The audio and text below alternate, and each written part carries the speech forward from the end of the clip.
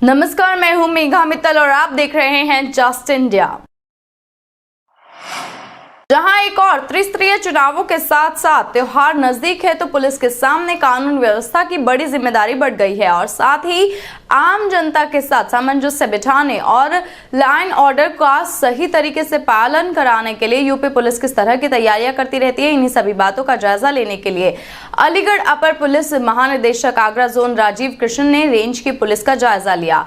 साथ ही पंचायत चुनाव को लेकर अधीक्षकों को कमर कस लेने के निर्देश दिए गए। उन्होंने अलीगढ़ का निरीक्षण करने के पश्चात जनप्रतिनिधियों एवं अधिकारियों के साथ बैठक की और कहा कि छोटे छोटे मामले में बारीकी से मॉनिटरिंग करने की जरूरत है।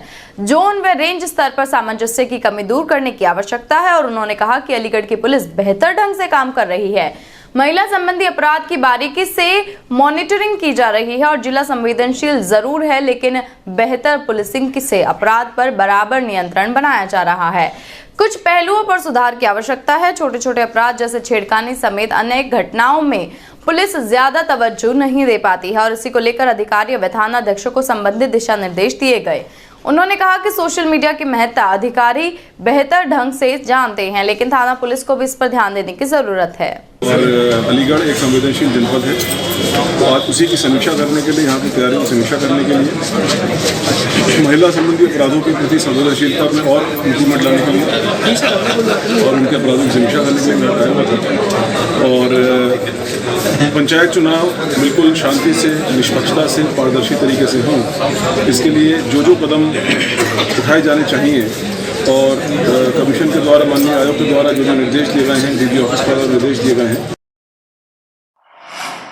भारतीय किसान यूनियन की डंडा रैली बसों के द्वारा गाजीपुर बॉर्डर के लिए रवाना हुई और भारतीय किसान यूनियन के सैकड़ों कार्यकर्ता हाथों में डंडा लेकर गाजीपुर बॉर्डर पर पहुंचे। भारतीय किसान यूनियन के एनसीआर महासचिव मांगेराम त्यागी का दावा है कि डंडा सेना गाजीपुर बॉर्डर पर धरना दे रहे किसानों की सुरक्षा करेगी।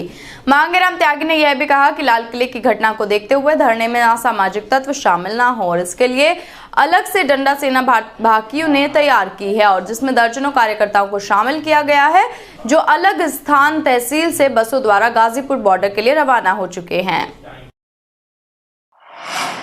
जहरीली शराब से मौतों का सिलसिला रुकने का नाम नहीं ले रहा है। हमीरपुर में जहरीली शराब पीने से एक युवक की मौत हो गई, जबकि दूसरा जिंदगी और मौत से जूझ रहा है।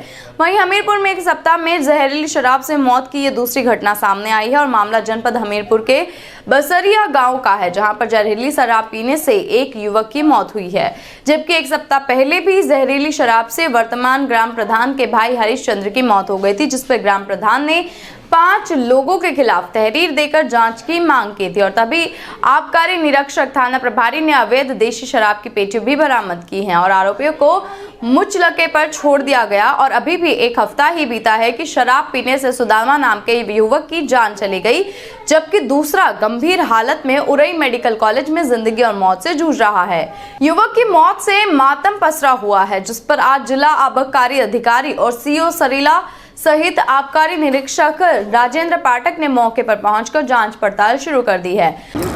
आज सुबह जलालपुर पुलिस को सूचना मिली ग्राम बसरिया के 2 लोगों की शराब पीने के कारण तबीयत खराब है।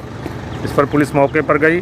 पता चला कि दोनों को उरई डिस्ट्रिक्ट हॉस्पिटल भेजा जा चुका है, जहां सुदामा नाम के व्यक्ति की डेथ हो गई, जिसकी उम्र 45 साल थी, और एक मोहनलाल की तबीयत खराब होने के कारण उनका इलाज चल रहा है वहीं पर। उन्हें वहाँ से रेफ़र होते हुए, वो उस समय झांसी में इलाज चल रहा है उनका, पुलिस वहाँ पहुँची है, उनसे बयान लिया गया तो उन्होंने बताया कि मोहनलाल के घर पे परसों 15 तारीख को मछली बनी थी और सुदामा 13 क्वार्टर शराब लाए थे और दोनों ने पिया और मछली खाई। उसके बाद से उन्होंने कुछ नहीं खाया। कल 16 तारीख को भी उन्होंने कुल मिलाकर 5 क्वार्टर शराब पिया।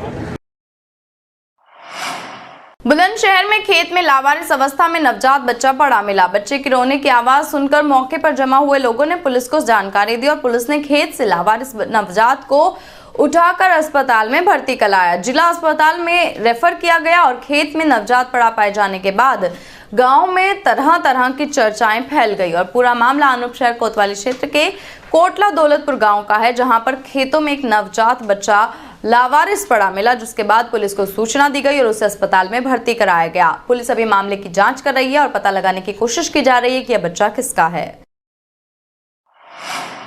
दहशतगर्द विकास दुबे और उसके गुंडों को शरण देने और फरार करने में मदद करने वाले पर बुधवार को पनकी थाने में एफआईआर दर्ज की गई। एसटीएफ ने जिन 6 मददगारों को जेल भेजा था उनके अलावा 4 और को आरोपी बनाया गया है जो अभी भी फरार हैं। पुलिस की लापरवाही से एफआईआर 17 दिन देरी से दर्ज हुई और इससे पुलिस की कार्यशैली पर सवालिया निशान बना है। आखिर मददगारों की गिरफ्तारी के तुरंत बाद केस दर्ज क्यों नहीं किया गया?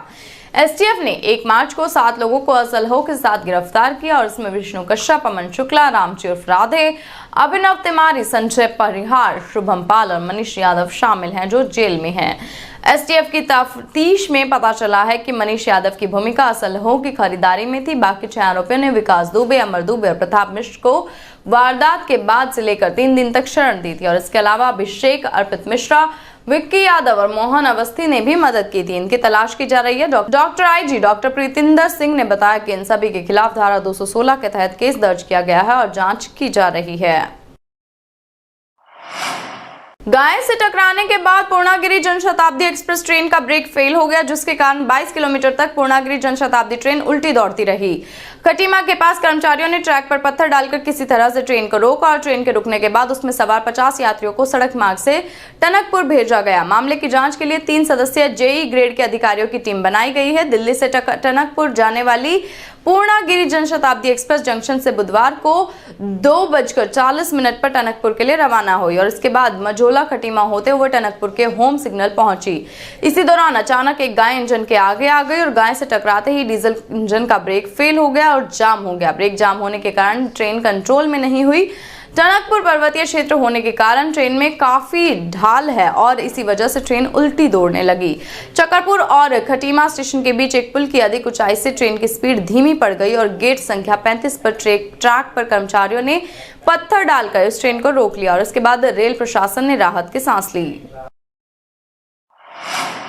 जस्ट इंडिया के इस बुलेटिन में बस इतना ही। और भी खबरों के लिए देखते रहिए जस्ट इंडिया। नमस्कार।